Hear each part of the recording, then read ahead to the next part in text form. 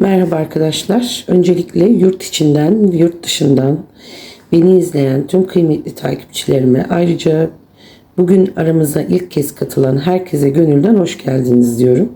Kanalıma ilk defa geldiyseniz ailemize hoş geldiniz diyorum. Burada kahve falını sevgi ve güzel niyetlerle yorumluyoruz. Dilerim alacağınız mesajlar size umut, farkındalık ve hayırlı kapılar açar diyorum. Şimdi enerjinizi fincanınıza odaklayın. Aklınızda bir dilek tutun ve bakalım bu fal size hangi güzel mesajları gönderiyor. Hazırsanız başlayalım arkadaşlar. Bu arada falımız da tutmuş. Canlar.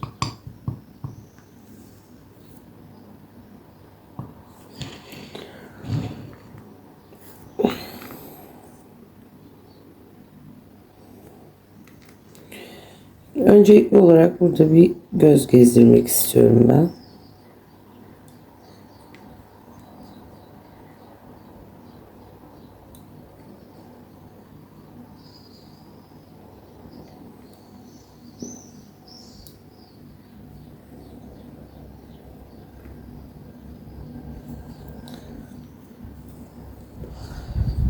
Şimdi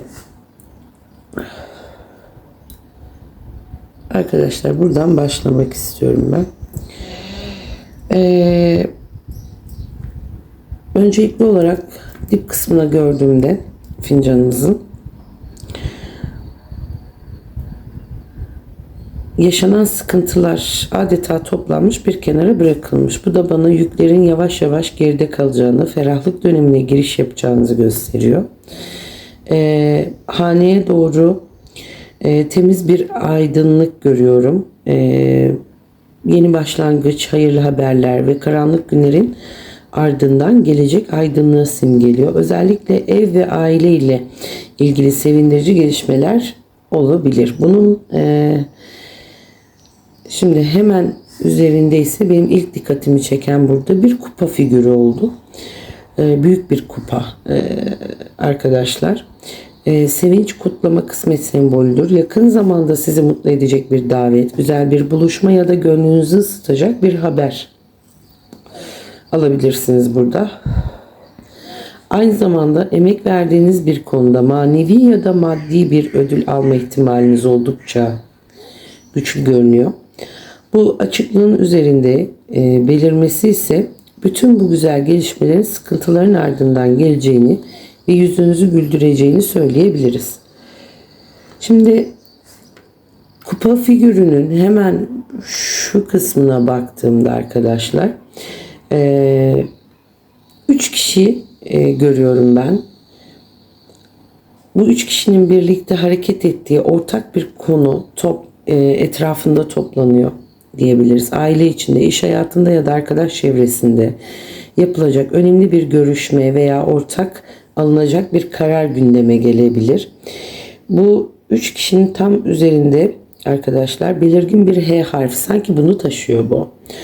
Bir kişinin adının ya da soyadının baş harfi olabileceği gibi yaşanacak önemli bir yerin ya da konunun da işareti olabilir. Hatay'ın H'si arkadaşlar. Taşıyan birinden gelecek, yani bu harfli birinden haber ya da bir kişinin etkisi oldukça güçlü görünüyor arkadaşlar. Bu H harfinin hemen yanında ise minyatür bir ağaç görüyorum ben. Ağaç kök salmayı, bereketi, aileyi ve büyümeyi simgeliyor. Küçük olması ise bu gelişmenin henüz başlangıç aşamasında olduğunu, zamanla güçlenip büyüyeceğini gösteriyor. Kişinin bu H harfiyle küçük ağacın etrafında görünmesi, yani bu 3 kişinin birlik ve destekle büyüyecek hayırlı bir işin, güzel bir haberin ya da aileyi ilgilendirecek sevindirici bir gelişmenin habercisi diyebiliriz burada. Aynı zamanda arkadaşlar bunun hemen altında bir J, T ve V harfleri de belirmiş.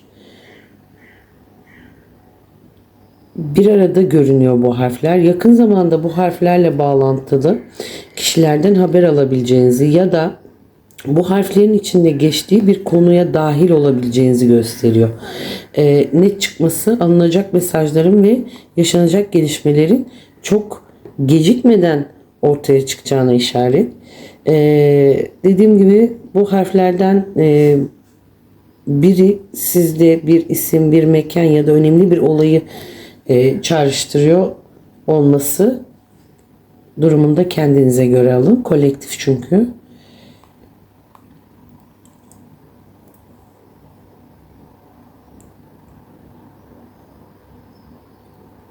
Şimdi burada iki ayağını sağlam basmış. İlginç bir figür var. Yere sağlam basmış bir şekilde. İki yanı açmış, denge kurmuş ve ancak bu figürün başı normal değil arkadaşlar. Kocaman bir kalp var bu kişinin başında. Yani başı kalp şeklinde olmuş. Mantığından çok duygularıyla hareket eden, kalbiyle karar veren bir kişi işaret ediyor bu. Aynı zamanda duygusal bir konuda artık sağlam durmaya çalışan, dengesini yeniden kuran bir enerjiyi de gösteriyor.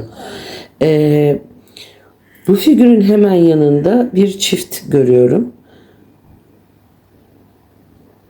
Bu çift arkadaşlar sınırları, mesafeyi ve korumayı simgeliyor.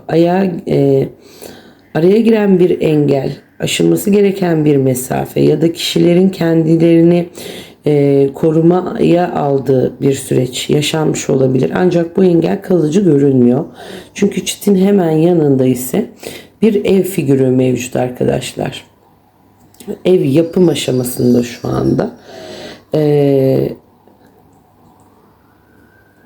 Şu an yapılıyor, yani işçileri üzerinde. Birinci katı çıkmış. Camları falan her şeyi var. İçeride çalışan, yani üstünde çalışan insanlar var. Henüz tamamlanmamış bir planı, yeni kurulacak bir düzeni, aileyle ya da işle ilgili adım adım ilerleyen bir süreci anlatıyor.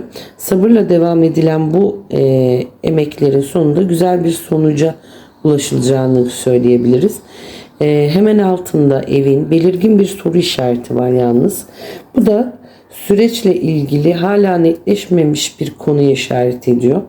Bir karar bekleniyor olabilir. Resmi bir işlem sonuçlanmamış olabilir. Ya da acaba olacak mı diye düşündüren bir belirsizlik yaşanıyor olabilir. Ancak fincandaki genel açıklık bu soru işaretinin zamanla cevabını bulacağını ve belirsizliğin yerini netliğe bırakacağını gösteriyor.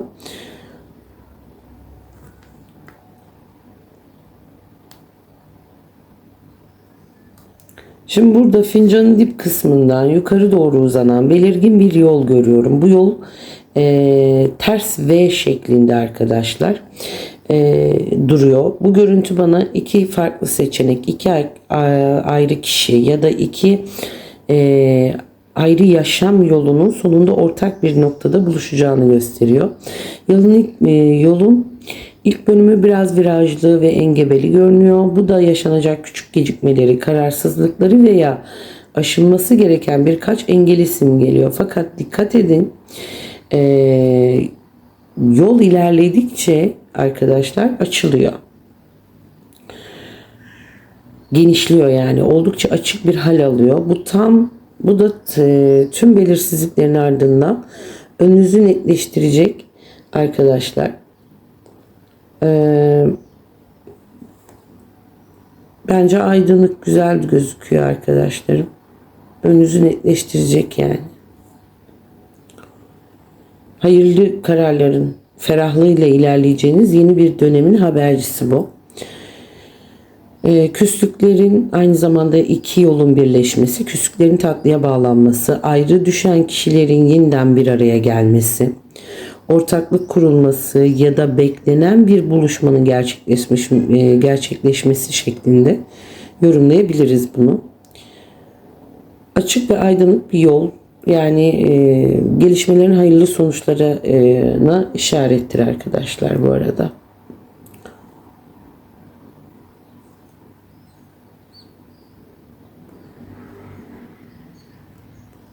Şimdi burada gökyüzünde süzülen bir uçurtma. Bu uçurtmayı aşağıdan birisi yönlendiriyor dedim. Bu da hayatınızdaki bazı gelişmelerin tamamen tesadüf olmadığını, bir kişinin doğru hamlelerle olayları yönlendirdiğini gösteriyor. Sabırla ve kontrollü ilerleyen bir süreç var burada. Çünkü uçurtmanın baş kısmı bana sanki bir ayıcı verdi. Bu da masumiyeti, içtenliği, korumayı ve sıcak duyguları simgeliyor arkadaşlar. Çocuklarla ilgili sevindirici bir haber, samimi niyetli bir kişi ya da kalbinizi ısıtacak güzel bir gelişme gündeme geliyor olabilir. Uçurtmanın gökyüzünde rahatça süzülmesi ise dileklerin yükselişe geçeceğini, önünüzdeki engellerin hafifleyeceğini ve özgürleşeceğiniz bir döneme girdiğinizi söylüyor. Hemen altında ise V, F harfleri belirmiş. Bu harfler bir kişinin adının, soyadının baş harfi olabileceği gibi önemli bir yer ya da olayla bağlantılı olabilir. Bu figürleri taşıyan birinden haber alabilirsiniz ya da bu harflerle ilgili bir gelişme yaşamanız mümkün görünüyor ve aynı zamanda burada bir 3 rakamı belirmiş arkadaşlar. 3 gün, 3 hafta ya da 3 ay gibi bir zaman dilimini gösterir. Üçlü görüşme, 3 kişiyi ilgilendiren bir konu ya da peş peşe gelecek 3 güzel gelişmenin de habercisi olabilir. Genel enerji oldukça olumlu. Bu 3 gün, 3 ayın 3'ü, 13'ü, 23 gibi de alabilirsiniz. Beklediğiniz haberlerin güzel ve gelişmelerin adım adım size yaklaştığını gösteriyor canlarım.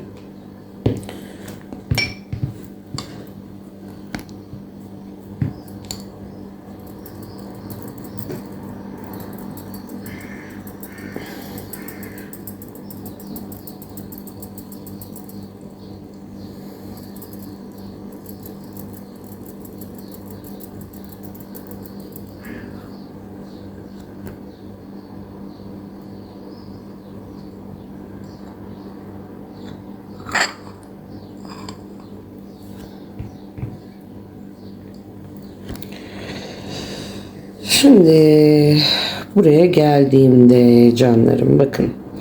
Şimdi burada bir kalp var tabağımızda.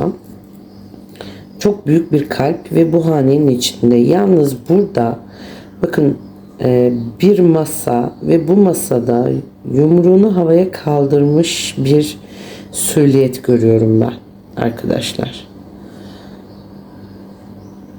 Görüyor musunuz siz de? Şimdi bu sevgi, mutluluk, gönül işleri ve temiz duyguların çok güçlü bir şekilde ön plana çıkacağını gösteriyor. Haneye yakın çıkması bu güzel enerjinin özellikle aile için ya da ev ortamında yaşanacak sevindirici gelişmeleri işaret ettiğini söylüyor. Şimdi burada masada genellikle önemli bir görüşmeleri, yani bir masada bir görüşme yapılıyor. Aile toplantısını, iş konuşmasını ya da alınacak kararları simgeliyor. Şimdi masanın başında ise yumruğunu havaya kaldırmış güçlü bir süliyet görüyorum. Bu figür kararlılığı, mücadeleyi ve hakkını savunmayı temsil ediyor. Bu kişi artık sesini daha net duyuracak. Önemli bir konuda cesur bir duruş sergileyecek. Ya da uzun zamandır emek verdiği bir konuda zaferini kutlayacak gibi görünüyor. Şimdi kalbin içinde altında yer alması ise tüm bu mücadelenin sonunda sevindirici bir sonuca ulaşacağını, duygusal ya da ailevi bir konuda yüzleri güldürecek bir gelişmenin yaşanacağını gösteriyor. Güçlü duruşun sonunda güzel haberler ve huzur getireceğini işaret ediyor diyebiliriz.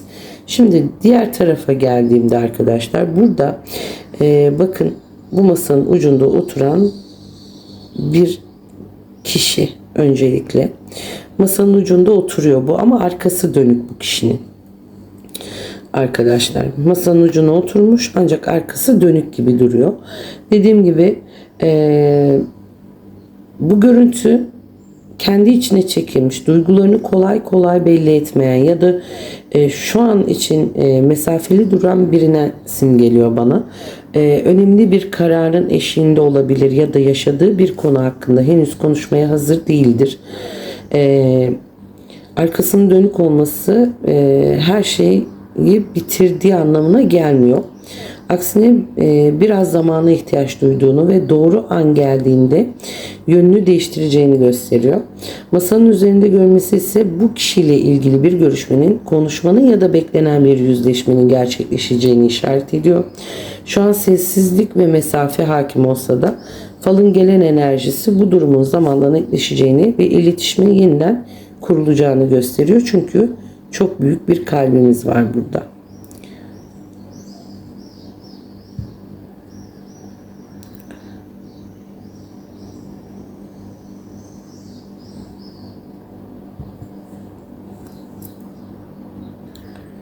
Şimdi burada yine bir tavus kuşumuz mevcut. Bakın şurada. Arkadaşlar yalnız kuyruğunun henüz açmamış bir tavus kuşu bu. Güzelliği, itibarı, değer görmeyi ve kısmeti simgeliyor. Oldukça hayırlı bir sembol aynı zamanda. Ancak kuyruğunu henüz açmamış olması bana şunu söylüyor. Güzel gelişmeler ve büyük bir kısmet kapıda. Fakat zamanı henüz tam olarak gelmemiş. Biraz daha sabır gerektiriyor. Doğru zaman geldiğinde bu tavus kuşu adeta tüm ihtişamını gösterecek gibi duruyor. Çünkü büyük bir tavus kuşu şurada. Özellikle iş, eğitim ve sosyal çevrede ya da gönül hayatında sizi mutlu edecek bir gelişmeye yavaş yavaş şekilleniyor. Şu an hazırlık aşamasında olan bu süreç zamanı geldiğinde herkesin dikkatini çekecek kadar güzel sonuçlar doğurabilir. Falın enerjisi sabrın sonunda gelecek sevindirici haberleri ve değerinizin daha çok anlaşılacağı bir dönemi işaret ediyor arkadaşlar. Şimdi ben yine şu ortaya dönmek istiyorum. Burada bakın bir kalpte bir demet çiçek ve arkası dönen kişiye bu çiçeği veriyor. Barışmayı, affetmeyi, gönül almayı ve güzel niyetlerle atılacak bir adımı simgeliyor. Araya giren kırgınlıklar ya da sessizlikler varsa bunların yerini samimi bir konuşma ve güzel yaklaşım alıyor. Birinden beklediğiniz özür, güzel bir teklif ya da sevgi dolu bir haber gündeme gelebiliyor burada. Kalbin çiçek uzatması duyguların temiz olduğunu ve sevginin hala canlı kaldığını gösteriyor. Arkası dönük görünen kişi ise şu an mesafeli dursa bile bu güzel yaklaşım karşısında zamanla yüzünü dönebilir arkadaşlar ve iletişim yeniden başlayabilir diyoruz. Sevginin kırgınlıklarından daha çok daha güçlü olduğunu ve güzel niyetlerle atılacak bir adımın hayırlı sonuçlar getirebileceğini söyleyebilirim. Şimdi şöyle odaklandığımda burada boynuzları olan bir hayvan figürünü anlattı bana. Büyükbaş bir hayvan bu. Daha güçlü, dayanıklılığı, bereketi ve kararlılığı simgeliyor. Falda boynuzlu büyükbaş hayvanlar genellikle pes etmeyen, güçlü karakterli bir kişi ya da maddi anlamda görünecek bir güçlenecek bir kişiyi, bir dönemi işaret ediyor. Masanın başındaki sülyetin eteği aslında bu arkadaşlar. Fincana farklı açıdan baktığımda bu hayvan figürünü gördük. Bu da tek bir olayın ya da tek bir kişinin iki farklı yönünü gösteriyor. Dışarıdan sakin ve sessiz görünen biri aslında içinde büyük bir güç ve mücadele azmi taşıyor arkadaşlar. Aynı zamanda kararlı davrandığında önünüzdeki engelleri aşabileceğinizi ve emek verdiğiniz konuda sağlam adımlarla ilerleyeceğinizi anlatıyor. Güçlü duruşun sonunda hem manevi hem de maddi açıdan kazançlı bir süreci işaret ediyor arkadaşlar.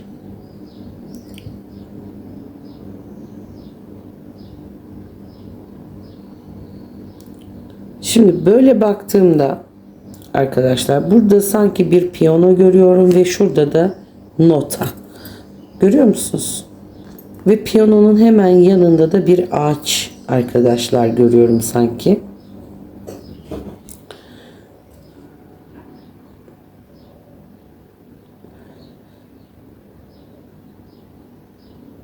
Şimdi piyanonun yanında görünen nota yakında kulağınıza gelecek sevindirici bir haberin ya da sizi mutlu edecek bir davetin habercisi.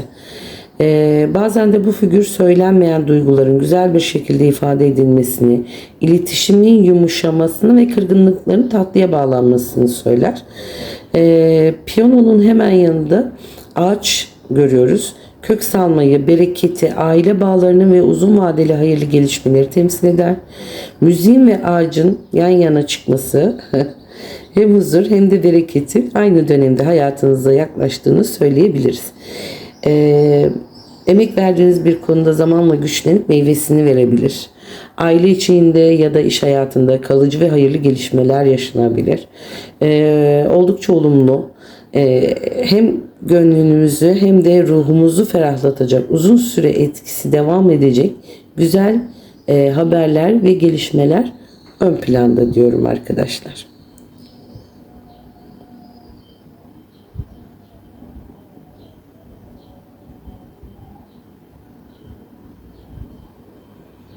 Kalabalık bir ortam.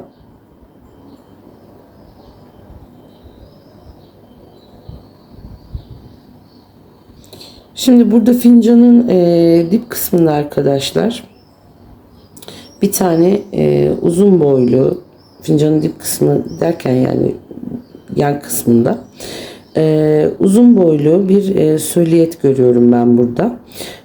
Bu da arkadaşlar bu güzel gelişmeleri dışarıdan izleyen biri gibi duruyor. Çünkü aynı zamanda fincanımızın diyorum tabağımızın yan tarafında belirmiş. Tüm gelişmeleri uzaktan izliyor. Her şeyi sessizce takip ediyor ama henüz doğrudan olayların içine girmemiş gibi görünüyor bu figür. Çevrenizde sizi uzaktan takip eden, başarılarınızı ve yaşadığınız gelişmeleri gözlemleyen bir kişiyi temsil ediyor. Bu kişi henüz düşüncelerinizi açıkça dile getirmiyor. Ancak doğru zamanı beklediği hissi güçlü bir şekilde çıkmış burada. Tabağın kenarında yer alıyor olması ise bu kişinin hayatınıza çok uzak olmadığını, yakında bir haber, bir görüşme ya da beklenmedik bir karşılaşmayla ön plana geleceğini gösteriyor. Bu kişinin gelişmeleri hayranlıkla izlediğini ve ilerleyen süreçte sizinle ilgili önemli bir adım atabileceğini de söyleyebiliriz arkadaşlar. Evet, fincanımızın ve falımızın, tabağımızın sonuna geldim. Bugünkü falımız burada tamamlandı. İnşallah fincanınızda görünen güzel işaretler en hayırlı şekilde hayatınıza yansır. Sıkıntılarınız geride kalır. Kısmetleriniz çoğalır ve dileklerinizin zamanı geldiğinde gerçekleşir. Eğer yorum size uyduysa beğenmeyi, kanalıma abone olmayı ve videoyu sevdiklerinizle paylaşmayı unutmayın.